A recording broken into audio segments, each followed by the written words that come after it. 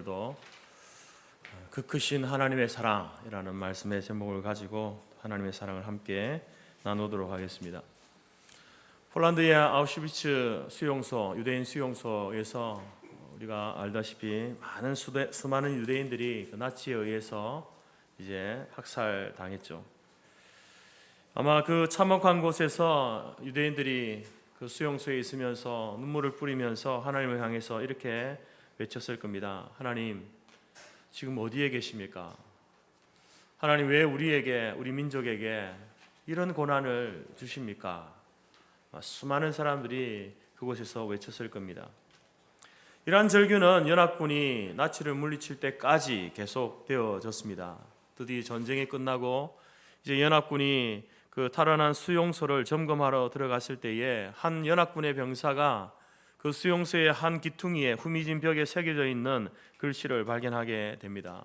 어느 그리스도인의 신앙 고백인 것으로 이제 추정되어지는데 바로 우리가 나중에 부르게 될 찬송가 304장의 가사였습니다. 그 크신 하나님의 사랑 말로 다 형용 못하네. 하늘을 두루마리 삼고 바다를 먹물 삼아도 한없는 하나님의 사랑 다 기록할 수 없겠네. 그 수용소에서, 처참한 수용소에서 죽음을 기다리고 있던 한 유대인, 하나님의 사랑을 찬양하고 있었다. 그 글씨를 발견한 연합군 병사는 굉장히 놀랐습니다. 그 두려움과 죽음 가운데서 어떻게 그 하나님을 향해서 원망 섞인 불평을 해도 했을 법한 그곳에서 어떤 이런 하나님의 사랑, 하나님은 사랑하신다. 그 사랑, 나를 향하신 그 사랑은 말로 다 할 수 없다. 하늘을 두루마리 삼고 바다를 먹물 삼아도 하나님의 사랑을 다 기록할 수 없다. 이런 고백을 할 수 있었겠는가 굉장히 놀랐습니다. 그리고 그 밑에 또 하나의 글씨가 새겨져 있었는데 하나님은 여기에 계신다라는 글씨였습니다. 하나님의 사랑을 전혀 어떻게 보면 느낄 수 없고 체험할 수 없는 그 수용소에서 죽음을 기다리고 있는 그곳에서 하나님의 사랑을 이야기하고 도대체 하나님은 어디에 계신가? 하나님이 계시기는 한가?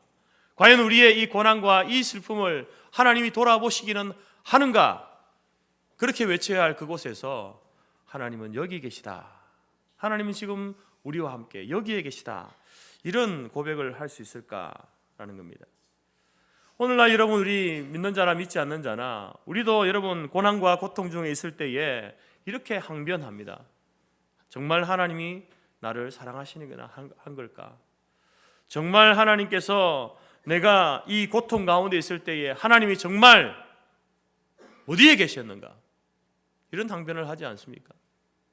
그런 항변을 하고 있는 우리들에게 이 유대인은 이렇게 답을 합니다. 자신은 죽음의 공포와 극한의 두려움 속에 있으면서 이런 답을 합니다. 그 크신 하나님의 사랑 말로 다 표현할 수 없네. 그 하나님은 지금 여기 계시네. 옛날에 여러분 거북이를 사랑한 토끼가 있었습니다. 토끼는 혼자 속으로만 이 거북이를 사랑했습니다. 그래서 토끼가 자기를 사랑하는지 잘 몰랐습니다. 근데 토끼에게는 토끼의 마음을 무겁게 하는 한 가지 아픔이 있었는데 그것은 뭐냐면은 자기가 그렇게 사랑하는 친구 거북이가 자기 걸음이 느리다는 그것에 대해서 너무 자학한다라는 사실이었습니다. 그래서 그런 모습을 볼 때마다 토끼는 마음이 너무 아팠습니다. 그래서 이제 이 토끼가 거북이에게 안 되겠다. 내가 사랑하는 이 거북이에게 내가 자신감을 좀 심어줘야 되겠다라고 생각을 하고 이 토끼가 거북이에게 거북아 우리 한번 달리기 경주를 한번 하자라고 이제 요청을 했습니다. 근데 그날은 또 이 토끼가 이 마음속에 아주 투지가 생기고 승부욕이 생겨서 그래 아직껏 한번 해보자, 한번 달려보자, 한번 경주를 해보자라고 이제 해서 경주를 하게 되었습니다. 뭐 아니나 다를까 토끼가 깡총깡총 뛰어서 앞서가는 겁니다. 하지만 앞서가고 있지만 토끼의 마음속에는 혹시나 거북이가 이 경주를 하다가 내가 너무 빨리 가니까 토끼가 중간에 포기하면 어떡하나 하는 그런 마음의 염려가 있었습니다. 그래서 토끼는 생각하기를 중간쯤 가다가 내가 이 토끼를 기다려줘야 되겠다. 근데 너무 노골적으로 이렇게 오는 모습을 뻔히 쳐다보면서 아무것도 하지 않고 있으면은 거북이가 자존심 상하니까 내가 자는 척 해야지 하고 이제 눈을 감고 자는 척 하고 있었습니다. 눈을 감고 있으면서 이 토끼는 이제 생각을 하는 거죠. 거북이가 이렇게 엉금엉금 기어오다가 자기가 토끼가 잠자고 있는 것을 보고 자기를 깨워가지고 함께 같이 이렇게 결승선으로 꼬린진으로 함께 손잡고 들어가는 그런 행복한 상상을 했습니다.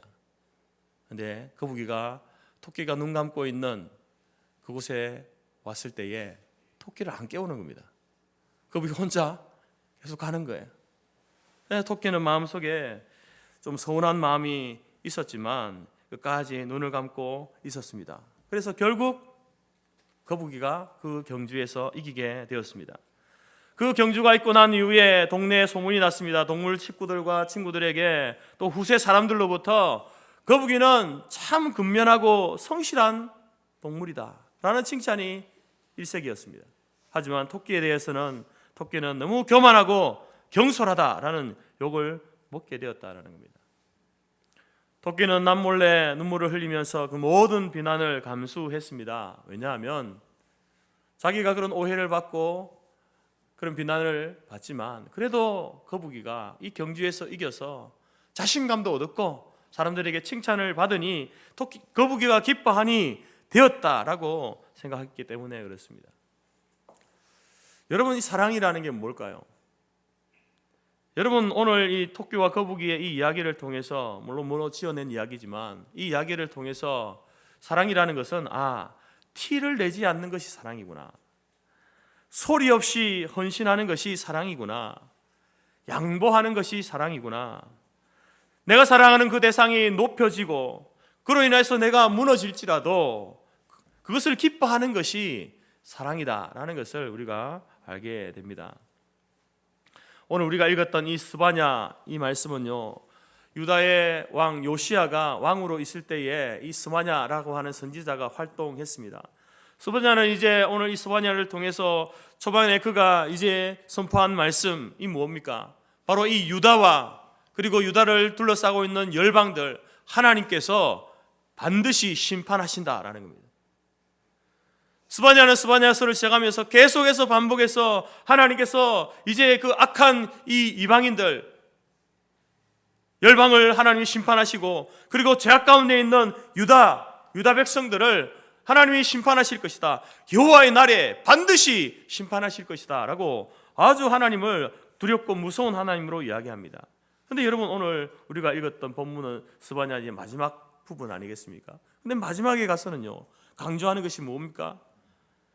그 크신 하나님의 사랑. 우리 하나님은 처음부터 지금까지 하나님은 우리를 사랑하시는 분이다 라고 이렇게 이야기하고 있는 겁니다. 아니, 처음에 시작할 때는 아주 두렵고 무섭고 죄에 대해서 징계하시고 심판하시는, 진노하시는 하나님을 이야기하다가, 그런데 그 하나님은 처음부터 지금까지 우리를 사랑하시는 분이었다라고 이렇게 이야기하는 겁니다. 여러분, 유다는요, 지금 유다의 상황은 어떠냐면은 하나님이 심판을 내려가지고 지금 멸망당해도 아무 할 말 없는 그런 상황 속에 있습니다. 멸망할 이유밖에 없는 상황이 유다의 상황이에요. 그런데 하나님께서는 이 스바냐를 통해서 멸망과 심판만 말하지 않고 하나님의 포기하지 않는 사랑을 스바냐를 통해서 유다 백성들에게 말하고 있는 것입니다.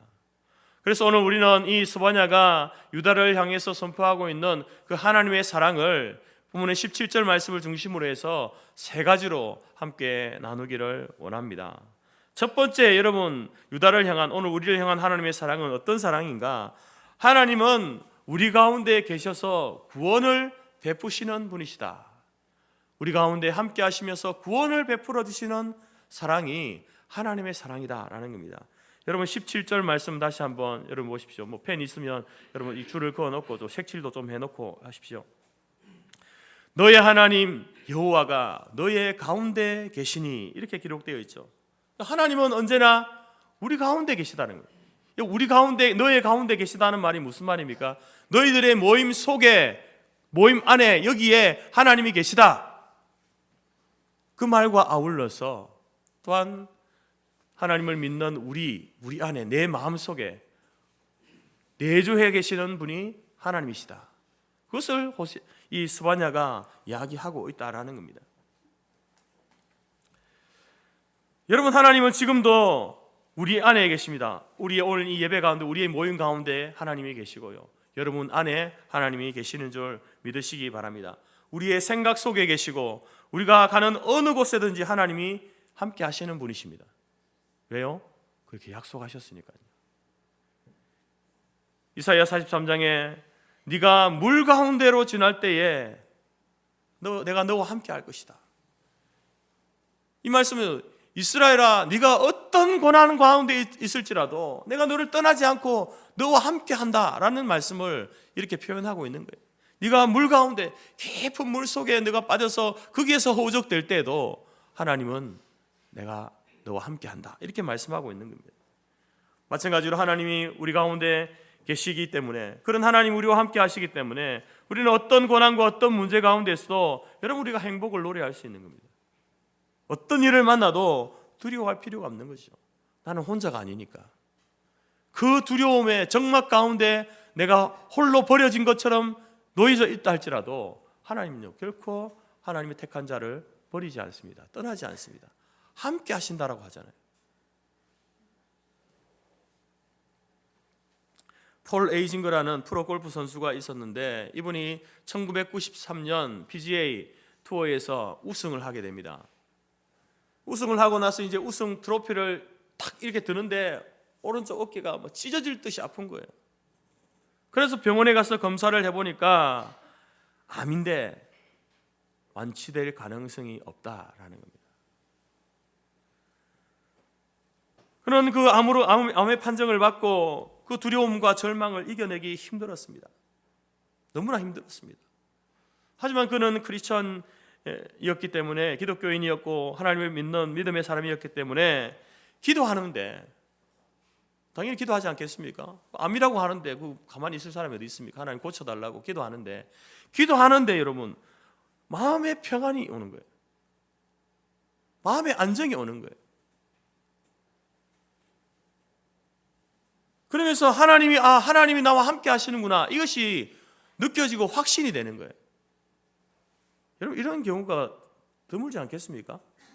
여러분, 암 판정을 받으면요, 저라도 마음이, 심장이 뛰고 두근두근 하겠죠. 어떻게 될까?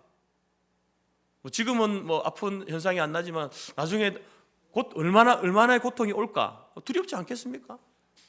그런데 그 가운데 기도하는 중에 마음의 평안함이 오는 거예요. 잔잔한 호수와 같은 안심이 되는 거죠. 그러면서 하나님이 나와 함께 계시는구나, 이 확신이 강하게 오는 거죠.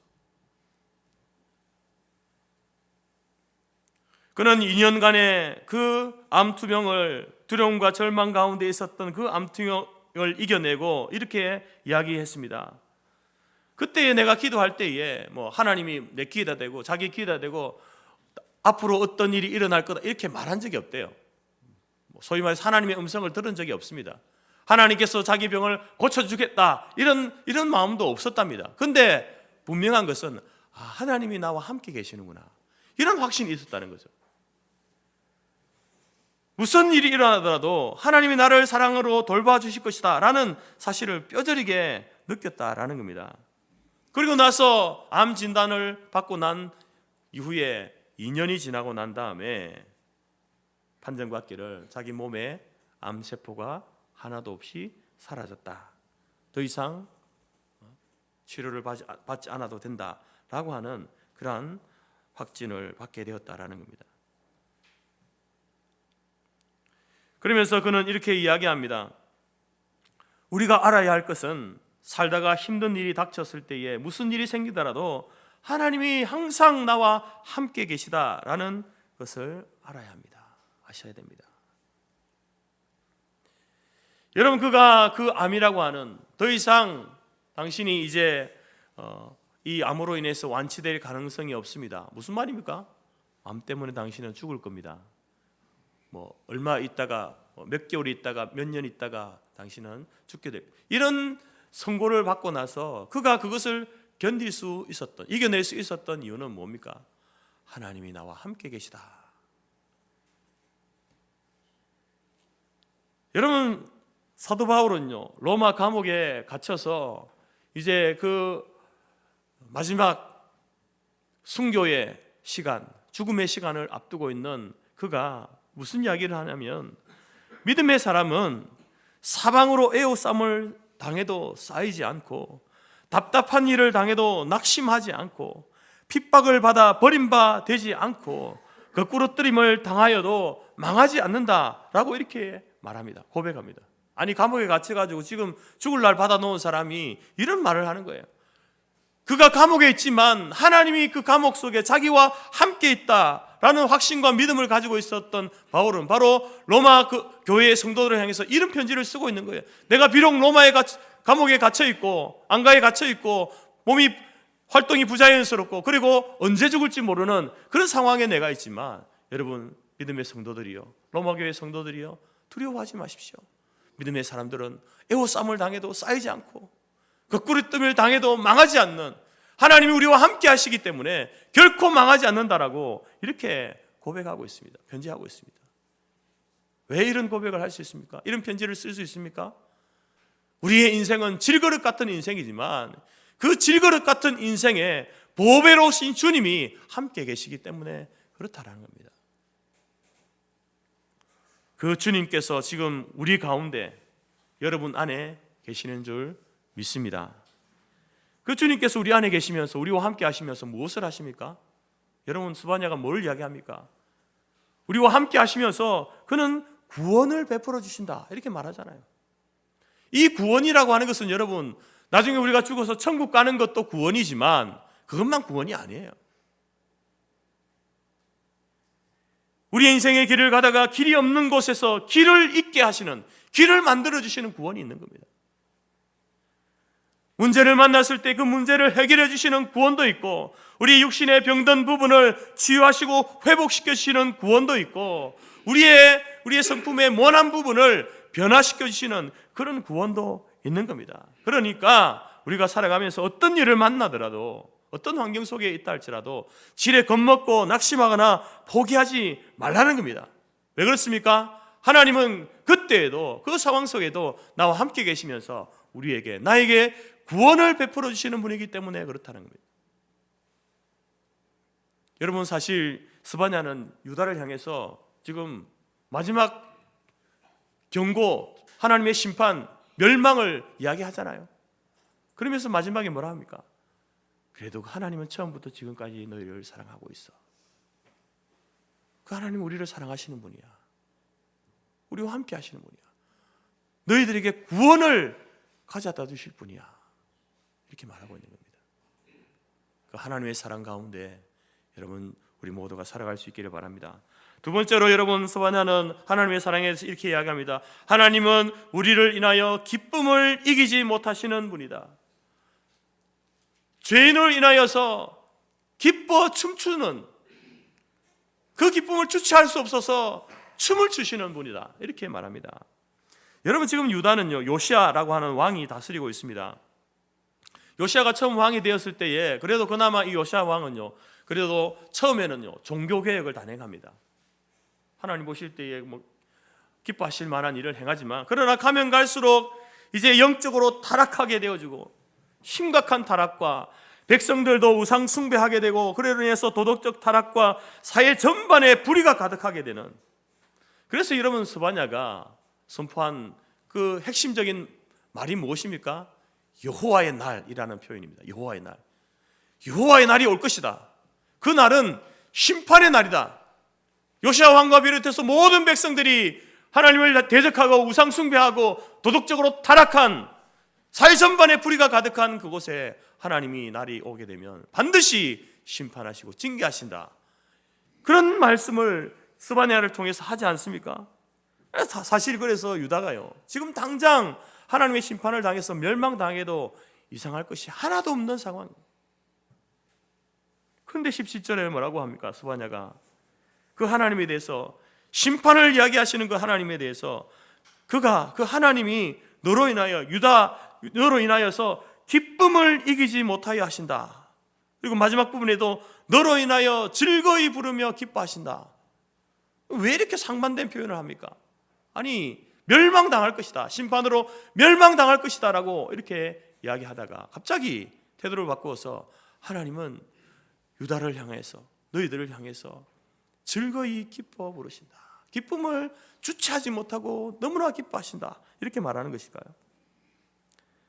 여러분, 요시아 왕을 비롯해 유다 백성들은요, 하나님 앞에 죄를 범한 죄인입니다.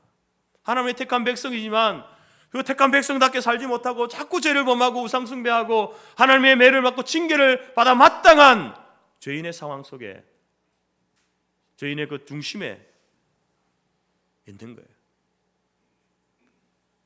그런데 여러분, 하나님께서 그들을 향해서 내가 너희들을 인하여 기뻐한다, 즐거이 부르며 기뻐한다. 무슨 말입니까, 여러분? 하나님께서는요, 비록 우리가 죄인일지라도, 우리가 죄의 길을 가고 있는, 하나님의 심판과 징계를 받아 마땅한 상황 가운데 있을지라도 하나님께서 우리를 기뻐하신다는 말은요, 우리의 인생 자체가 그래도 가치 있는 인생이다라는 거죠. 하나님의 사랑을 받을 만한 가치 있는 인생임을 말씀하고 있는 거예요. 우리 존재 자체를 하나님이 기뻐하시는 거예요. 여러분 자식들이 뭐 좀 잘못했다고 해서 막 말은 그렇게 하지만 좀 호적에서 파내고 여러분의 그 마음과 생각 속에 여러분 그것을 자녀를 지어낼 수 있습니까? 그렇지 못하잖아요. 여전히 사랑하는 것이 부모의 마음이듯이 하나님도 그런 마음을 가지고 있는 거예요. 네가 돌이키기만 하면, 네가 나에게 돌아서기만 하면, 내가 너로 인하여서 가지고 있는 그 마음이, 너가 돌아오기만 하면 내가 주체할 수 없는 기쁨으로 너를 맞이해 줄 텐데, 이런 마음이 하나님 속에 있다라는 겁니다. 비록 죄인일지라도 그 존재는요, 귀하다는 겁니다. 그래서 하나님께서는요, 죄인을 사랑하시는 거예요. 죄는 미워하시지만 죄인을 사랑하시는 거예요. 누가복음 15장의 탕자의 비유에 말씀이 나오지 않습니까? 탕자의 비유, 예수님께서 이 탕자, 이 말씀을 하신 이유가 무엇입니까? 인간 존재의 가치가 얼마나 가치 있는 존재인지를 예수님께서 말씀하시는 거예요. 여러분, 이 집 나간 탕자가 여러분 아버지에게, 살아있는 아버지한테 유산 달라고,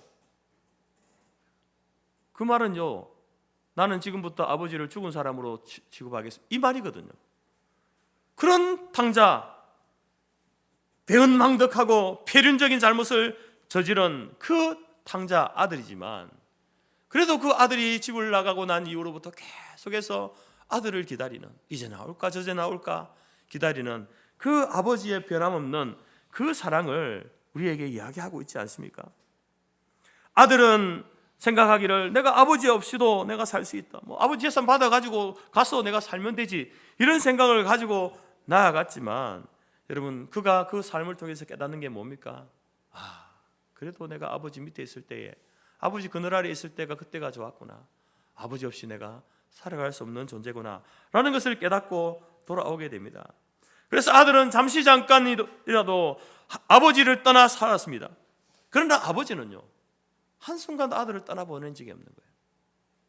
늘 마음에 두고 아들을 기다리며 이제 나올까 저제 나올까 그런 마음으로 기다렸다는 겁니다.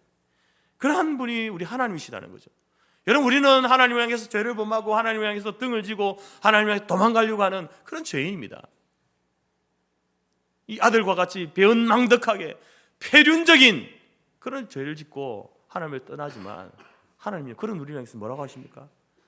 내가 너로 인하여서 내가 기뻐하고 즐거워한다. 네가 언제 돌아오기만 하면, 네가 돌아서기만 하면 난 너를 언제든지 맞이해 줄 것이다. 그게 하나님 아버지의 사랑이라는 거예요. 그러면 그 탕자가 누굽니까? 그 탕자가 바로 오늘 유다 백성들이고요, 그 탕자가 바로 저와 여러분들입니다. 하나님을 떠난 우리가 회개하고 아버지께로 돌아올 때에 하나님 아버지는 너로 인하여 기쁨을 이기지 못하며 즐거이 부르며 춤추며 잔치를 벌여서 마을 사람들과 함께 기뻐하시는 분, 그분이 바로 우리 하나님이시다는 겁니다. 여러분 이 말은요, 이 말을 또 이제 곡해하는 사람들은 그럼 우리가 죄를 지어도 되겠네. 뭐 죄 지어가지고 뭐 잘못했다 하고 하면 되겠네. 여러분 죄를 지어도 된다는 말이 하는 게 아니잖아요. 죄를 지어도 된다 이런 말을 하는 게 아니라 죄인일지라도 하나님께서 이토록 사랑하시는 존재다라는 것을 말하는 거예요. 그 죄인이 돌이키고 돌아오면 하나님께서 얼마나 기뻐하시는가. 두 팔 벌려서 새 옷을 입히고 가락지를 끼우고 잔치를 벌여서 기뻐하시는 분이 우리 하나님이시다. 이것을 우리에게 말하고 있다라는 겁니다. 그 일을 위하여서 여러분 독생성자 예수 그리스도를 이 땅에 보내셨죠. 아무리 우리가 연약한 모습을 가지고 있어도 우리가 진심으로 그 죄악 가운데 우리가 뒹구는 것이 아니라 돌이키고 하나님 앞에 잘못했습니다 회개하고 자비를 구하고 용서를 구할 때에 하나님께서는 언제나 우리의 허물을 죄를 덮어주시는, 용서해 주시는 분이시다라는 겁니다. 슈퍼에서 물건을 사면 여러분 그 물건들은 다 유통기한이 있잖아요. 남녀간의 사랑에도 유통기한이 있답니다. 처음 뜨겁게 여러분 사랑하지만 남녀 처녀 총각이 사랑하는데요, 그 유통기한이 1년 6개월 1년 6개월은 불같이 사랑을 한다는데 그 기간이 지나면, 물론 사람마다 좀 다르겠지만 그 기간이 지나면은 이제 좀 제정신으로 돌아오는 거죠. 이성적으로 돌아오는 거죠. 이처럼 여러분 이 세상에 있는 것들에는 다 유통기한이 있습니다. 근데 하나님의 사랑은요 유통기한이 없다는 거예요.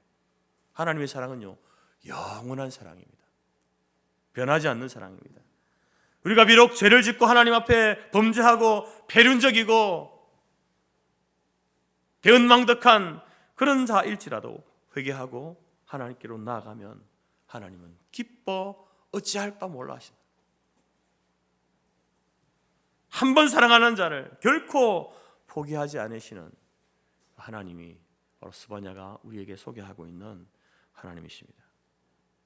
세 번째로 여러분 하나님께서 17절에 이제 마지막 부분에 우리를 사랑하시되 잠잠히 사랑하신다. 너를 잠잠히 사랑하신다. 그래서 이 표현을 빌려서 하나님의 사랑은요 소리가 나지 않습니다. 하나님의 사랑은요 소리가 나지 않습니다. 여러분 막 사람들 간에 막 크게 떠들면서 막 이렇게 말을 크게 하면서 내가 사랑한다, 믿는다 막 이렇게 하는 그 말은요 사실 진실성이 좀 결여되잖아요.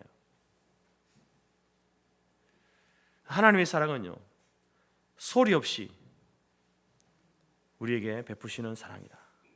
소리 없이 은혜를 내려주시고 기뻐하시. 실제로 여러분 우리가 이제 땅을 살아갈 때에 우리의 생명 호흡이 연장되기 위해서 필요한 어떤 것들을 누릴 때에 그 하나님께서 창조하신 것을 통해서 자연적인 하나님의 은혜 가운데 우리가 살아가게 되는데 그 자연적인 은혜들은요 소리 없이 우리에게 주어지는 것들입니다. 그래서 주위를 살펴보면 그 진짜 하나님의 은혜는요 소리가 나지 않지만 우리 인생에 우리의 삶의 구석구석에 미치고 있는 거죠. 예를 들어서 여러분 햇빛, 태양이 있어야 우리가 살잖아요. 태양이 비추는데 햇빛이 비추는데 여러분 굉장한 소리를 내면서 비춥니까? 아니잖아요.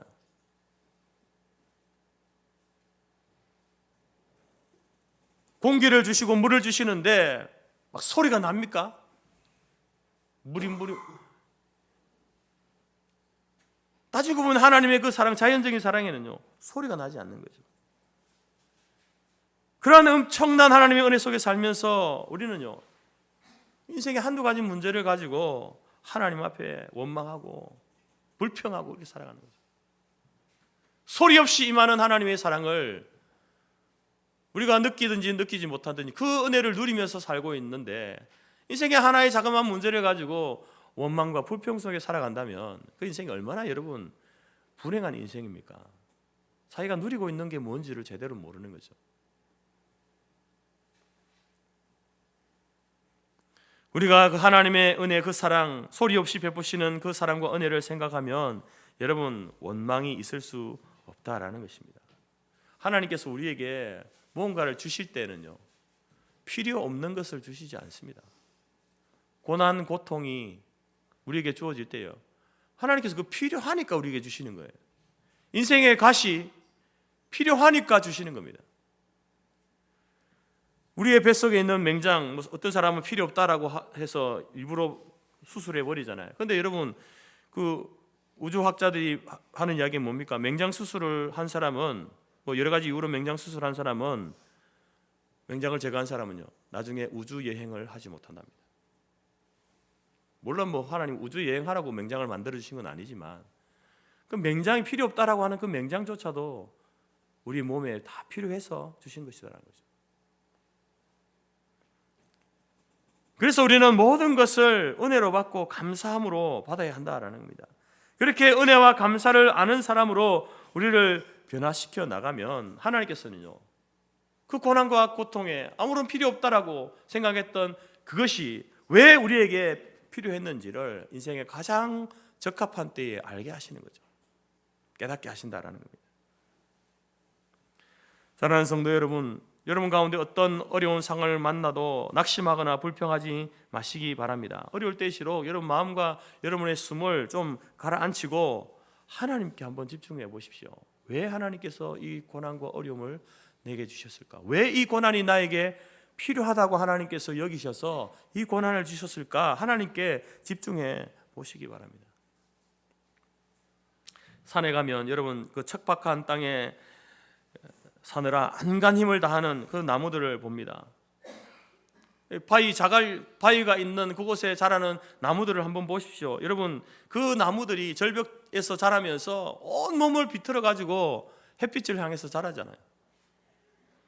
그 나무가 뿌리를 내려야 되는데 바위에 있으니까 그 바위의 틈을 찾아 가지고 어떻게 해서든지 그 틈으로 뿌리를 넣어 가지고 물을 흡수하려고 그렇게 자라잖아요.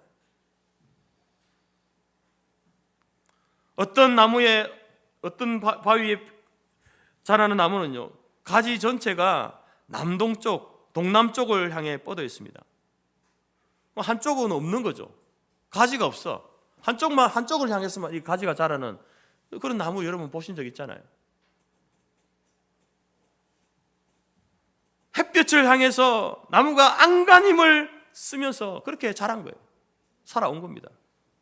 그런 모습을 보면서 여러분 우리가 감탄하잖아요. 야, 저 절벽에서 마치 한쪽 팔이 없는 것처럼 저렇게 햇볕을 향해서 그 가지를 뻗어내는 나무를 보면서 우리가 감탄하는 거죠. 우리의 인생이 바로 그렇게 되어야 된다는 거예요. 고난이 오고 고통이 올 때 어떻게 해서라도 여러분 우리의 시선을 하나님을 향해야 됩니다. 우리의 몸의 방향과 삶의 방향을 하나님을 향하도록 해야 된다는 겁니다. 지난 가을에 여러분 서울로에 이제 목회자 가족 수양회를 속초로 갔었는데 그때 이제 설악산을 갔었습니다. 케이블카를 타고 이제 권금성이라고 있잖아요. 케이블카 타고 올라가는데 거기에 이제 올라가는데 설악산을 그때 저는 몇 번 갔었거든요. 케이블카도 뭐 두세 번 탄 것 같은데 근데 그날 따라 제가 케이블카를 타고 가다가 이제 거의 다 달았을 때에 그 절벽에 있는 그 나무들을 보게 된 거예요. 근데 그 나무들을 보는데 그 비탈진 바위산에 작은 소나무들이 자라고 있는데 깜짝 놀랐습니다. 왜냐하면 그 나무들이요, 마치 누가 분재를 해놓은 것처럼 그렇게 자라있더라니까요. 그래가지고 목사님 저 보십시오. 저 작은 나무들이 누가 마치 분재를 해놓은 것처럼 저렇게 아름답게 예쁘게 자라있습니다 라고 이렇게 말을 했던 적이 있습니다. 여러분 그 척박한 곳에서 그 소나무가 자라려니 얼마나 힘들었겠습니까? 비바람과 겨울에 매서운 눈바람을 맞아가며 또 비가 오더라도 금방 바위니까 금방 흘러버리는데 거기에서 이제 수분을 흡수해야 되는데 얼마나 힘든 상황이겠습니까? 그런데 여러분 그 나무들이요 너무나 아름답게 자라있더라고요. 세상에서 뿌리를 제일 깊이 내리는 식물은요 사막에서 자라는 풀이랍니다. 여러분 씨앗이 바람에 날려가지고 하필이면 하고 많은 땅 중에 떨어진다는 것이 사막에 떨어진 거예요. 사막에. 그래서 그 사막에서 이제 이 씨앗이 뿌리를 내리는데 물이 있습니까? 물이 없잖아요. 그래서 거기서 물을 찾으려고 깊이 깊이 들어간다는, 깊이 깊이. 그래서 급기야는 그 뿌리가 물을 만나 가지고 거기에서 이제 싹을 틔우고 잎을 낸다는 거예요. 물 한 방울 찾아서 그 연약한 뿌리가 어두운 땅속을 무섭게 더듬어 가다가 결국은 물을 만나게 된다라는 겁니다. 여러분, 우리의 인생 가운데 큰 문제를 만나고 어려움을 겪고 우리가 병에 걸려서 수족을 마음대로 쓰지 못하고 몸의 모든 기능이 떨어졌다 해도 여러분, 하나님의 사랑을 만나면 되는 겁니다. 하나님의 사랑을 만나면 살 수 있습니다. 왜 그렇습니까? 오늘 스바냐 선지자가 우리에게 말하는 하나님의 사랑이 무엇입니까? 그 하나님은 그러한 상황 가운데서도 우리와 함께 계셔서 우리에게 구원을 베푸시는 사랑이다. 그 하나님의 사랑은 우리가 비록 죄를 지어서 하나님을 떠나 있을지라도 우리가 돌이키기만 하면, 돌아오기만 하면 우리로 인하여서 기쁨을 이기지 못하시는, 기쁨을 주체하지 못하시는, 두 팔 벌려 우리를 맞이해 주시는 그 하나님의 사랑이다. 하나님의 사랑은 그런 우리를 향해서 잠잠히 사랑하시는 분이시다. 그래서 때로는 하나님이 나를 사랑하시는지 우리가 느끼지 못할 때도 있습니다. 그러나 그 순간에도 하나님은 잠잠히 소리 없이 우리를 사랑해 주시는 분이다. 스바냐는 이렇게 노래하고 있습니다. 여러분, 그 사랑 때문에 올 한 해도 우리가 살아왔습니다. 그 사랑 때문에 여러분, 남은 여러분의 인생도 우리의 인생을 또 살아가게 될 줄로 믿습니다. 다시 한번 하나님의 사랑, 죄인을 향하신, 나를 향하신 그 하나님의 사랑, 나와 함께 하시면서 구원을 베풀으시는 하나님의 사랑, 죄인이 돌이킬 때에 기뻐 즐거워 어쩔 줄 몰라 하시는 그 하나님의 사랑, 지금도 잠잠히 우리를, 소리 없이 우리를 사랑하시는 그 하나님의 사랑을 확신하시면서 그 하나님을 여러분의 삶 가운데 경험하고 체험하시면서 앞으로 남은 인생을 그 사랑으로 인하여서 힘있게 살아가는 우리 모두가 되시기를 주님의 이름으로 축복합니다.